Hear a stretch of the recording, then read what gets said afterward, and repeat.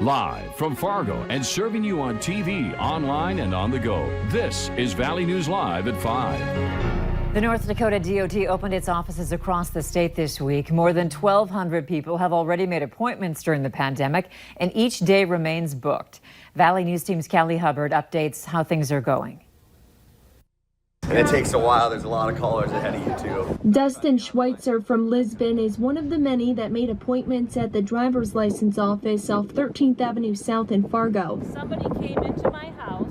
They actually picked a lock and were in there while I was sleeping and took my iPhone, my iPad, and my wallet with all my credit cards. Shirley Moen from West Fargo says it didn't take long to get a new ID. I had heard that it could be a nightmare and take a long time, so I made an appointment. I walked in and I was in and out in 20 minutes. Like anyone who's made an appointment, they're learning their next trip to the site may be different. So trying to go through a backlog of people who had appointments in March and April that had to be canceled. Matt Wallstad, public information specialist, says you'll need to take a health screening. One of our employees will go through a question and answer sheet that goes over whether or not a person has traveled outside of the U.S., if they've felt any symptoms, if they have had COVID-19 and are recovering. Questions are followed by a temperature check to ensure all employees and public are protected. If you're planning on taking a driver's license test, officials are asking that you bring a mask and gloves. It's good to have it back open, that's for sure. I've been waiting to do this for a while. In Fargo, Callie Hubbard, Valley News Live. Wallstead adds there are days set aside for those 65 years and older. And to learn more about those days and times, you can visit our Valley News Live news app. State health officials are confirming 65 new COVID-19 cases in North Dakota. The total number of cases now sits at 1,712. That's an increase of 65 cases from yesterday. 1,007 people are now listed as recovered in North Dakota, meaning there are 705 active cases. No new deaths have been reported. The Minnesota Department of Health is now reporting over 13,000 COVID-19 cases in that state. The total now stands at 13,435, an increase of 518 from the day before. They also reported 25 more deaths, bringing the total number to 663. 9 deaths are still listed as probable, even though a positive test result isn't on file. 9,136 people are listed as recovered. It is good to have the sunshine back and the warmer weather, but later we might have perfect conditions for a storm. Let's find out what's going on. Hutch is here with your first alert forecast. Hi, Hutch. Hey, Andrea, we do have a few storms, but they're in northwest Minnesota, and that's likely the only area that we have concerns about tonight as an area of low pressure spins its way out of the region. Thunder and lightning heading toward Lake of the Woods. Another batch moving into south central Roseau County right now from your southwest. So Roseau, you'll see some showers, some hail, and the possibility for funnel clouds will be likely this evening as this storm is moving off to the east-northeast at about 25 miles per hour. Here is a look at the home of economy camera. We'll keep our eyes on the skies for any strange spinning activity, but again, not expecting contact with the ground from any of those funnel clouds. It's going to be windy out there for the remainder of our evening in Fargo. Finally, after sunset, the wind tapers off. We'll be in the 50s. Grand Forks, it's cooler up there already, and it'll be cooler and breezy this evening. But the showers are exiting. Better weather ahead. Andrea, full hour-by-hour details on how warm we get to close out the work week next. All right, thanks, Hutch.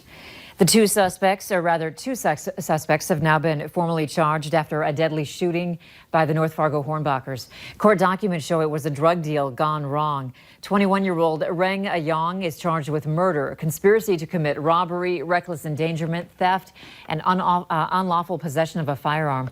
28-year-old Daryl Simmons is charged with conspiracy to commit robbery and conspiracy to deliver meth.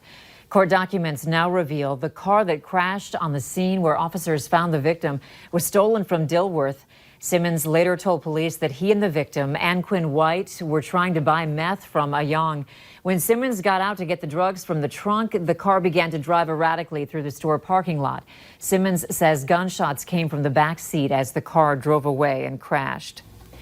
The man arrested following the assault in Baker, Minnesota, is now formally charged, and the victim is still in critical condition in the ICU. Stephen Krogsgaard is now charged with first-degree assault and could face up to 20 years in prison. Court documents state the victim and Krogsgaard were roommates. Documents also reveal the victim wanted Krogsgaard to move out, and eventually a fight broke out where Krogsgaard hit the victim in the face, causing severe injuries. The doctor says the victim has a torn pancreas, a broken rib, and trauma to the face, head, and chest. Spring sports athletes all across the country are hurting as their seasons have been canceled. But coaches say the change is just as difficult for them. And today, Valley News Team's Bailey Hurley talked with one local track coach who's having to get creative to get his coaching fix. Coach Chris Forster's track team was already 3 weeks into the season and prepping for their first meet when COVID-19 started hitting the metro. We left practice that Friday and we thought maybe, and then that afternoon we found out there would be no more meets. As a coach for over 13 years now, Forster says he's been in a funk as the track season is something he looks forward to all year. The thing I miss the most is the everyday, day-to-day contact with kids, and we laugh together, we set goals together, we bark at each other a little, but we're headed in the right direction. It's a lot of fun. But lucky for him, he's got a small track team of his own at home. This is the Cole, Elsa, and Miles, also known as the Forster Homeschool Track and Field team.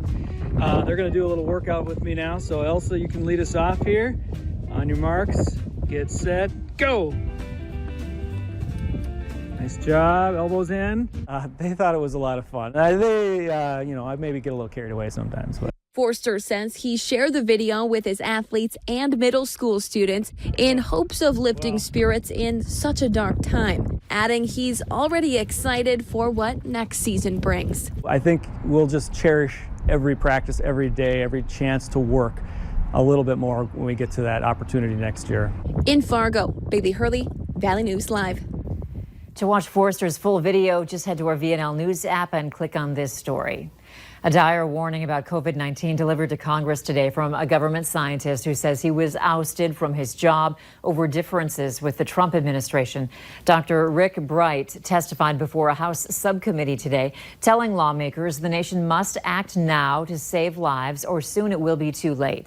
Dr. Bright is a vaccine expert who headed a biodefense agency in the Department of Health and Human Services until he was reassigned, a move he says stemmed from both his warnings about the coming coronavirus and criticism of the administration's response. Our window of opportunity is closing. If we fail to improve our response now, based on science, I fear the pandemic will get worse and be prolonged. There will be likely a resurgence of COVID-19 this fall. It'll be greatly compounded by the challenges of seasonal influenza. Bright says without better planning, 2020 could have its darkest winter in modern history. Kids in West Fargo will soon be able to run around on the playground equipment again. Playgrounds open tomorrow there, but there are some new rules. You will need to keep 6 feet between people. The City Parks Department says you should also bring your own hand sanitizer or wipes and your own bottled water. Drinking fountains and restrooms will remain closed for now. Groups of no more than 10 people can also gather on the practice fields of the parks, but are encouraged to continue social distancing. The next step to reopening will be unlocking the restrooms, but no timetable has been set for that yet. Some California beaches are back open for business. LA County beaches opened up Wednesday. They have been closed for 2 months because of the pandemic. Now running, walking, surfing, and swimming are all allowed, but sitting or lying on the sand will not be permitted. Parking lots, piers, and boardwalks will remain off limits. Beachgoers will also have to wear masks and maintain a 6-foot buffer between themselves and others. Still ahead tonight, an unprecedented number of complaints about airlines, with passengers saying their response during this pandemic isn't enough. Upper 30s to upper 40s this morning, but this is what we woke up to, some dense fog across portions of the valley. An isolated shot at some thunder showers this evening and windy as well. I'll have details on your forecast coming up next.